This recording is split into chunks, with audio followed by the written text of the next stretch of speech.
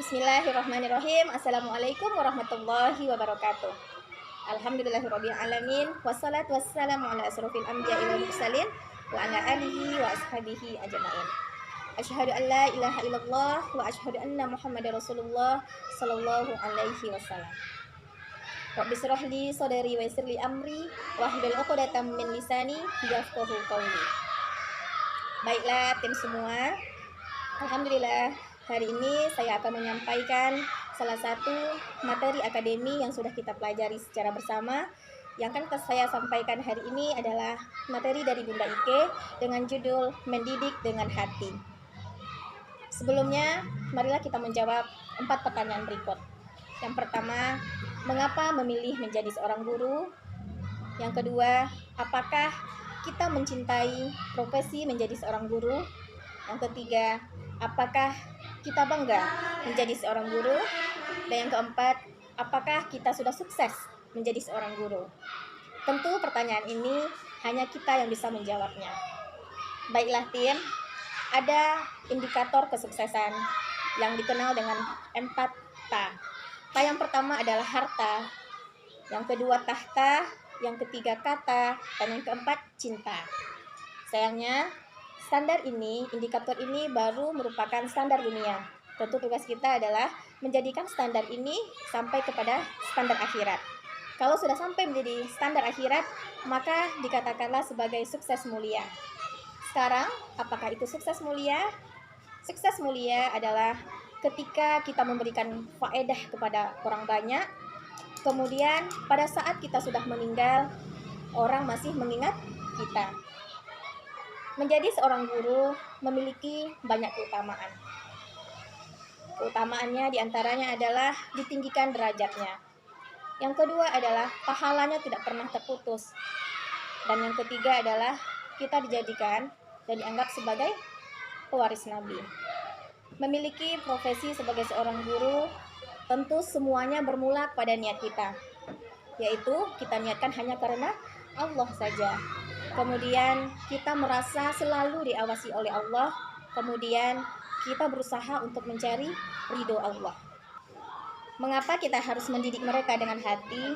Karena mereka merupakan amanah dari Allah Subhanahu wa Ta'ala yang harus kita terima dengan cinta.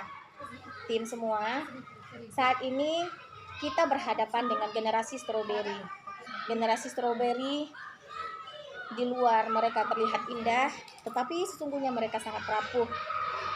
Dan salah satu ciri-ciri, beberapa ciri-ciri dari generasi stroberi diantaranya, yang pertama, mereka itu sangat update dengan teknologi dan dunia digital.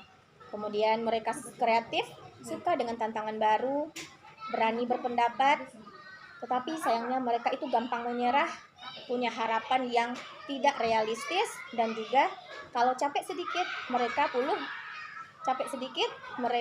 butuh healing. Nah, seperti itulah keadaan generasi stroberi ini. Berikutnya, 3 dasar pendidikan dan pengasuhan. Pendidikan dan pengasuhan ini kita lakukan berdasarkan Al-Quran dan As-Sunnah. Tahap tumbuh kembang mereka berdasarkan usia, kemudian juga dengan brain base atau otak. Pendidikan berdasarkan Al-Quran dan Sunnah. Maka berdasarkan Al-Quran dan Sunnah ini, kita akan mendidik mereka yaitu dengan pendidikan taklifiyah. Pendidikan taklifiyah merupakan pendidikan yang mengajarkan kepada mereka sehingga mereka bisa mencapai tahap mukallaf dan mereka bisa menanggung beban syariat, memahami hukum-hukum agama, kemudian mengerjakan semua perintah Allah dan juga menjauhi larangan Allah berdasarkan tahapan usia mereka. Berikutnya adalah masa tumbuh kembang manusia, yaitu berdasarkan tahap tumbuh kembang. Maka di sini dibagi menjadi beberapa tahap, yaitu 0 sampai 7 tahun merupakan usia yang paling baik. Kita sering mengenalnya dengan istilah golden age. Yang kedua adalah 8 sampai 14 tahun, maka itu adalah usia terbaik, yaitu merupakan golden period. Dan berikutnya adalah 15 sampai 25 tahun, yaitu merupakan usia aplikatif. Usia 0 sampai 7 tahun, kita sebagai orang tua harus hadir 100% kepada anak kita Kemudian yang berikutnya adalah yang berkembang itu adalah ranah emosionalnya. Maka mereka itu butuh rasa cinta, rasa aman dan nyaman. Dan anak pada usia ini juga memerlukan tauladan. Kemudian perkembangan fisiknya itu sangat pesat dan mereka itu perlu dipeluk, dicium dan diberikan apresiasi. Berikutnya tahap usia selanjutnya adalah 8 sampai 14 tahun. Yaitu di sini perlunya kita berbagi peran antara ayah dan bunda. Kemudian anak di usia ini sudah bisa membedakan yang baik dan yang buruk, dan yang berkembang di sini adalah otak logika. Kemudian mereka itu butuh adab. Adabnya perlu didampingi, dia perlu latihan dan juga diajarkan beberapa keterampilan, kemudian dekat dan lekat dengan orang tua sesuai dengan gender mereka. Artinya jika anak perempuan itu harus didekatkan dengan ibu mereka, dan jika anak laki-laki maka harus didekatkan kepada ayah mereka.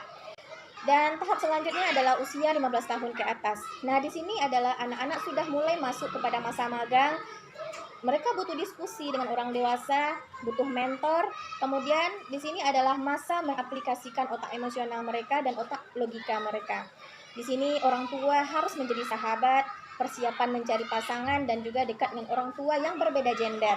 Nah, kalau di sini berbeda gender, yaitu kalau anak perempuan harus didekatkan dengan ayahnya, dan anak laki-laki harus didekatkan dengan ibunya. Kita sebagai guru tentu harus memperhatikan anak-anak kita, anak-anak didik kita. Jika ada sesuatu yang aneh pada diri mereka, maka kita harus menelusuri dan kita harus bertanya kepada mereka, dan kita harus bisa memberikan solusi terbaik pada mereka. Oke tim, hanya ini yang bisa saya sampaikan pada hari ini. Mohon maaf jika ada kesalahan dalam penyampaian. Assalamualaikum warahmatullahi wabarakatuh.